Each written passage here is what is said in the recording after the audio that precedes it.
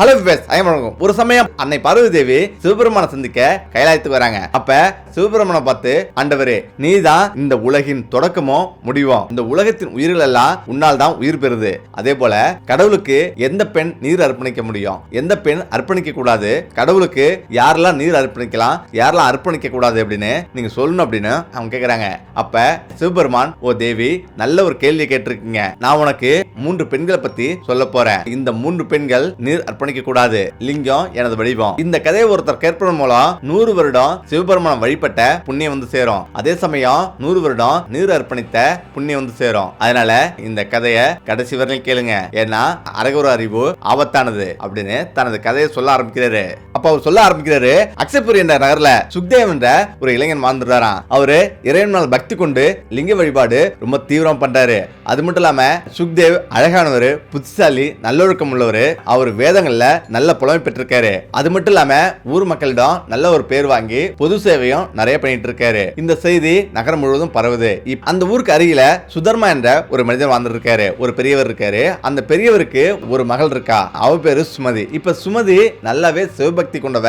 இவரு சிவபெருமானின் மூத்த பக்த. அதாவது அந்த அளவுக்கு பக்தி கொண்டு சிவபெருமான மிகுந்த பக்தியோடு வணங்குறா. அது மட்டும் இல்லாம தினந்தோறும் சிவலிங்கத்துக்கு தண்ணீர் வழங்கப்பட்டு வழிபடுறா. இதன் பிறகுதான் அவருடைய அன்றாட வேலையை அவர் செய்ய ஆரம்பிக்கிறா. அது மட்டும் இல்லாம 16 திங்கட்கிழமைகள்ல விரதங்களை கடைபிடிக்கிறா. அவரை தந்த சுதர்மா அவரை ரொம்ப செல்லமா வளர்க்கிறாரு. அவருடைய மகள் மிகவும் அழகாகவும் புத்திசாலியாகவும் வளர்ந்து வரா. சுமதி வளர்ந்து பெரியவளாகி இப்ப திருமணத்துக்கு தயாராகிறா. இந்த நேரத்தில் தான் சுமதியோட அப்பா சுதர்மா தன் மகளோட திருமணத்தை பத்தி கவலைப்படுறாரு.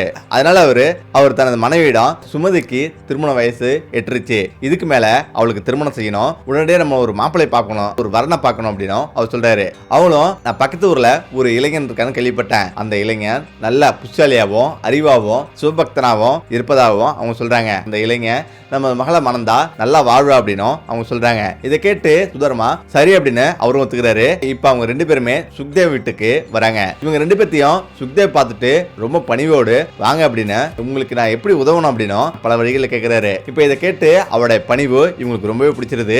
அது மட்டும் இல்லாம உடனே அவங்களோட வீட்டுக்கு அழைச்சிட்டு போறான். அங்க வீட்டுல பார்த்தா தனியா சிவலிங்கத்தை வச்சு அர்ப்பணிப்போடு அவன் வணங்கி வர்றது அங்க தெரியுது. வீடு ஒரே அமைதியாகவும் சுத்தமாகவும் இருக்கு.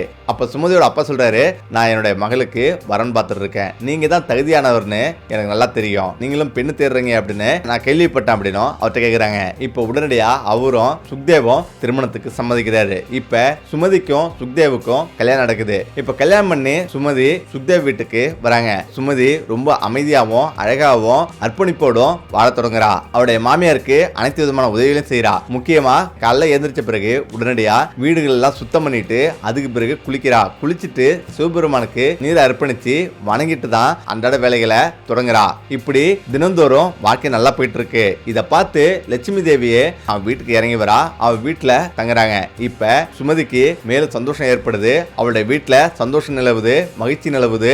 எப்போதுமே சண்டை சச்சரவு இல்லாம நல்லபடியா வாழ்க்கை போயிட்டு இருக்கு. இப்பதான் சுமதியோட இந்த ஒரு தவறு அவளுடைய வாழ்க்கையவே புரட்டி போடுது, அவளுடைய வாழ்க்கையவே நாசமாக்குது. சரி, என்ன தவறு செஞ்சா அப்படின்னா, அவ தினந்தோறும் நல்ல சுவையா சமைப்பா. அது சர்வண மாதம் அமாவாசை அன்று நல்லா சுவையா சமைக்கிறா. அப்ப சமைக்கும் போது வெங்காயத்தை அதிகமா சேர்த்துறா. இப்ப வெங்காயத்தையும் உப்பியும் அதிகமா சேர்க்கிறா. அதை அனைவரையும் சாப்பிடுறாங்க. ரொம்ப சுவையா இருக்கு. வெங்காயம் ஒரு மனிதனுக்கு தீங்கு விளைவிக்கும், அதாவது காமத்தை அதிகரிக்கும். அந்த இரவு அனைவரும் சாப்பிடுறாங்க.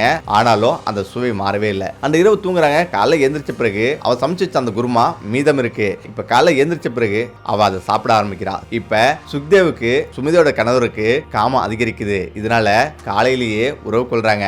இப்ப வாழ்க்கை தலைகீழா மாறுது. சுமதியும் குளிக்காமையே சிவபெருமானுக்கு நீர் அளிக்கிறா. இந்த நேரத்தில் தான் சிவபெருமான் கோபம் கொண்டு அவன் வீட்டுல இருந்து வெளியாகிறா. அது மட்டும் இல்லாம காமதேவன் சுமதியோட உடம்புல புந்துடுறா. இப்ப ஒவ்வொரு நாளுமே அவருடைய வாழ்க்கையில தலைகீழா மாறுது. அதாவது வெங்காயம் உப்பும் அதிகமா சேர்த்துக்கிறா. இந்த நேரத்தில் தான் அவருடைய வாழ்க்கையில எந்த ஒரு விதிமுறையும் பின்பற்றாம அவங்க வாழ்றாங்க, அவங்க உறவு வச்சுக்கிறாங்க. இப்ப சுமதியோட உடல்ல காமதேவன் புந்த பிறகு அவ அளவுக்கு அதிகமா காமத்துக்கு உட்படுறா. இப்ப 2 2 பேருமே சுமதியோட கணவருக்கும் வெங்காயம் அதிகமா உட்கொண்டு அவனும் அதிகமா உணர்வுகளால் பாதிக்கப்படுறான். இப்ப 2 பேரும் கால நேரம் பார்க்காம உறவு கொள்றாங்க. இதனால வீட்டோட நிலைமை தலைகீழ மாறுது. இப்ப அனைத்தையும் விட ஒரு மிகப்பெரிய ஒரு தவறு செய்யறா. அதாவது அன்று அவ மாதவிடாய் காலத்துல கணவன் கூட உறவு வச்சுக்கிறா. மாதவிடாய் காலங்கள்ல 3 நாட்கள் பெண்கள் ஆண்களோட உறவு கொள்ளக்கூடாது. ஏன்னா அந்த 3 நாளும் பிரம்மா பெண்கள் உடம்புல வாழ்றாரு. இப்ப ஆண்கள் உறவு கொள்ளும் போது பிரம்மாவை கொள்ளும் பாவம் வந்து சேரும். இப்ப சுக்தேவம் அதாவது சுமதியோட கணவரும் இப்படி உறவு கொண்ட அடுத்த நாளே அவனுடைய உடம்புல சுமதியோட கணவர் உடம்புல பாவம் நுழையுது. அவன் உடனே தரையில விழுந்துடுறான். இப்ப அவனுக்கு தொழுநோய் ஏற்படுது. உடல்ல கொப்பளங்களாலும் ரத்தங்களாலும் மலங்களாலும் அவனுடைய உடல் நாட்டம் அடிக்குது. இப்ப அவன் கத்துறான், கதறான். ஐயோ சிவபெருமானே என்னை மன்னிச்சிரு, என்னை எப்படியாவது காப்பாத்த அப்படின்னு அவன் கதறான். இந்த நேரத்தில் தான் சுமையோட மாமியார் அங்கிருந்து ஓடி வரா. அடி பாவி, என்னுடைய மகனை இப்படி ஆக்கிட்டியே, அதாவது மாதவிடாய் காலத்துல நீ உறவு கொண்டுட்ட, அதனாலதான் இவ்வளவு பெரிய அழிவு என்னுடைய மகனுக்கு ஏற்பட்டிருக்கு அப்படின்னு அவ சுமதியை திட்டுறா. இந்த நேரத்துல சுமதி ஐயோ அத்தை நான் பாவம் செஞ்சிட்டேன் அப்படின்னா சுமதி அழுகுறா. இப்ப நீ ஒரு நிமிஷம் கூட இதுக்கு மேல இந்த வீட்டுல இருக்க கூடாது, உடனே வெளியே போ அப்படின்னு அவ திட்டுறா. இந்த நேரத்துல தான் சுமதி சொல்றா, அத்தை நான் எங்க போவேன், என்னோட கணவரை நான் அளவுக்கு அதிகமா நான் விரும்புறேன், நான் எங்க போக முடியும், எனக்கு வெளில யார தெரியும், நான் எங்க போய் வாழ முடியும் அப்படின்னு அவன் கேட்கறா. அதெல்லாம் தெரியாது, வீட்டை விட்டு வெளியே போ அப்படின்னு சுமதியை பிடிச்சி வீட்டை விட்டு வெளியே தள்ளிடுறா. இப்ப சுமதியும் அவ கால் போன போக்குல நடந்து போயிட்டு இருக்கா. இப்ப அவ போறா, அதுவும் ஒரு தனிக்காட்டுல நடந்து போயிட்டு இருக்கா. அங்க ஒரு மடம் இருக்கு, அந்த மடத்தை நோக்கி சுமதி போறா. இப்ப சுமதி பார்த்துட்டு இப்ப ஒரு துறவி அங்க வராரு. இப்ப ஓ கல்யாணி, ஓ பெண்ணே, ஏன் இவ்வளவு வருத்தமா உட்கார்ந்துருக்க அப்படின்னு அவர் கேட்கிறாரு. அப்பதான் சுமதி சொல்றா, ஐயா பெரியவரே, நான் ஒரு மிகப்பெரிய பாவம் செஞ்சுட்டேன். அதாவது மாதவிடாய் காலங்கள்ல என் கணவர் கூட உறவு வச்சுக்கிட்டேன், அதனால அவர் தொழுநோயால பாதிக்கப்பட்டிருக்காரு. இப்ப நான் மிகப்பெரிய பாவியாயி நான் இப்படி சுத்தி திரியிறேன் அப்படின்னு அவர் சொல்றா. இப்ப அந்த துறவியோ இந்த பாவத்துக்கு பரிகாரம் பண்ணுமா, பரிகாரம் இருக்கு, இதுக்கு நீ தினந்தோறும் லிங்க வழிபாடு ரொம்ப முக்கியம், லிங்கத்துக்கு வில்வேலையும் நிறைய அர்ப்பணிச்சு வழிபட்டா உனக்கு பாவம் நீங்கிரும், உனது அனைத்து பாவமும் நீங்கி நல்லது நடக்கும் அப்படின்னு அவர் சொல்றாரு. உடனடியா சுமதியும் அந்த மடத்துல தங்கி காலை எந்திரிச்சு குளிச்சுட்டு அவ பூஜை ஆரம்பிக்கிறா. அதாவது வில்வேலையை பறிச்சு வில்வேலையை அர்ப்பணிக்கிறா, நீரை கொடுத்து லிங்கத்தை வழிபடுறா. இப்ப இப்படியே ஒரு வருடம் தொடர்ந்து வழிபட்டு இருக்கா. இப்ப சர்வண மாதம் தொடங்குது. இப்ப அம்மா இப்ப சர்வண மாதம், இந்த சர்வண மாதத்துல 16 திங்கட்கிழமை விரதம் எடு. அது மட்டும் இல்லாம சில விதிகளை நீ பின்பற்றணும். எக்காரணம் கொண்டும் துளசிய லிங்கத்துக்கு அர்ப்பணிக்க கூடாது. அதே போல மஞ்சள் குங்குமம் இதையும் தவறி கூட அர்ப்பணிக்க கூடாது. 16 திங்கட்கிழமை விரதம் இருந்தா உனக்கு நல்லது நடக்கும் அப்படின்னு அவர் சொல்றாரு.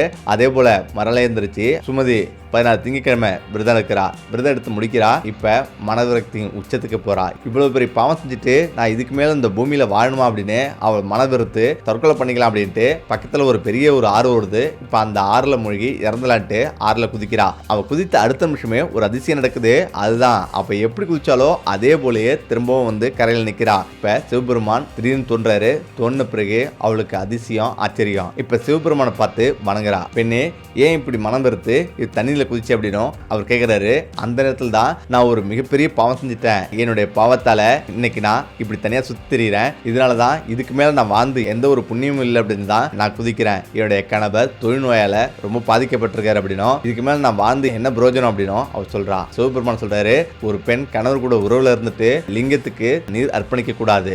அதே போல நீ இருந்துட்டு லிங்கத்துக்கு நீர் அர்ப்பணிச்ச, எனது வடிவம் தான் லிங்க வடிவம். அடுத்த நிமிடமே உன்னுடைய வீட்டை விட்டு வெளியேறின. அது மட்டும் இல்லாம நீ மாதவிடாய் காலங்கள்ல உறவு கொண்டிருக்க. மாதவிடாய் காலம் மிகப்பெரிய ஒரு பாவமான காலம். அந்த காலத்துல எக்காரணத்து முன்னும் உறவு கொள்ளக்கூடாது. விதிகளை மீறி நீ செஞ்ச உனது கணவருக்கு தொழுநோய் ஏற்பட்டது. அம்மா, நீ செஞ்சது மிகப்பெரிய பாவம். அதாவது நீ செஞ்ச பாவத்துக்கு ஒரு வருடம் பிரம்மச்சாரிய விரதம் இருந்துட்டு வழிபட்ட. அதே போல சர்வண மாதம் 16 திங்கட்கிழமையும் வழிபட்ட. அதனால உன்னுடைய பாவம் அனைத்துமே நீங்கிருச்சு அப்படின்னும் அவர் சொல்றாரு. மகளே, சிவலிங்கம் ரொம்ப புனிதமானது. இதனால்தான் இதை நான் மிகவும் விரும்புறேன். தூய்மையான நிலையில் எப்போதும் வைத்திருக்கணும். மாதவிடாய் காலங்களில் ஒருபோதும் சிவலிங்கம் தொடக்கூடாது. ஏன்னா அந்த காலத்தின் போது பிரம்மா பெண்ணின் உடல்ல இருப்பாரு, பெண்ணின் உடல்ல வசிக்கிறாரு. அது ஒரு மிகப்பெரிய பாவம். அதே போல எந்த ஒரு பெண் திருமணமான பிறகு கணவனை விட்டுட்டு வேறொரு கூட உறவச்சுக்கிறாங்களோ அந்த பெண்ணும் சிவலிங்கம் தொடக்கூடாது. இப்பொழுது நான் சொன்னதெல்லாம் உனக்கு புரிஞ்சிருக்குன்னு நினைக்கிறேன் அப்படின்னா அவர் சொல்றாரு. இந்த இடத்துல தான், ஓ பிரபு, என்னுடைய கணவர் தொழுநோயால பாதிக்கப்பட்டிருக்காரு, நான் அதனால மிகவும் பாதிக்கப்பட்டிருக்கேன், இதுக்கு மேல வாழலாமா அப்படின்னு கூட யோசிச்சுட்டு இருக்கேன் அப்படின்னும் சுமதி சொல்றா. இப்ப இப்பதான் அவர் சொல்றாரு, நீ தினந்தோறும் வழிபட்டு லிங்கத்துக்காக வில்வேலையை அர்ப்பணிச்ச, அந்த வில்வேலையை எடுத்து உன்னுடைய கணவர் மேல போடுங்க, அனைத்துமே சரியாகும் அப்படின்னு அவர் சொல்றாரு. இப்ப சொல்லிட்டு சிவபெருமான் மறைஞ்சிடறாரு. உடனடியா சுமதியும் வீட்டுக்கு வரா. வீட்டுக்கு வந்து அவருடைய கணவரை பார்க்கறா. அவருடைய கணவர் தொழில் நோயால மிகவும் பாதிக்கப்பட்டு போய் இந்த இடத்துல தான் குளிச்சு முடிச்சுட்டு வில்வேலையை எடுத்து அவர் மேல போடுறா. இப்ப அவருக்கு உடனடியா சரியாவது. இப்ப மிகவும் பக்தியோட சிவபெருமானை வணங்க தொடங்குறா. அதுக்கு பிறகு எப்போதுமே தனது வரம்பு மீறல. இப்படி சிவபெருமான் தனது கதையை சொல்லி முடிக்கிறாரு.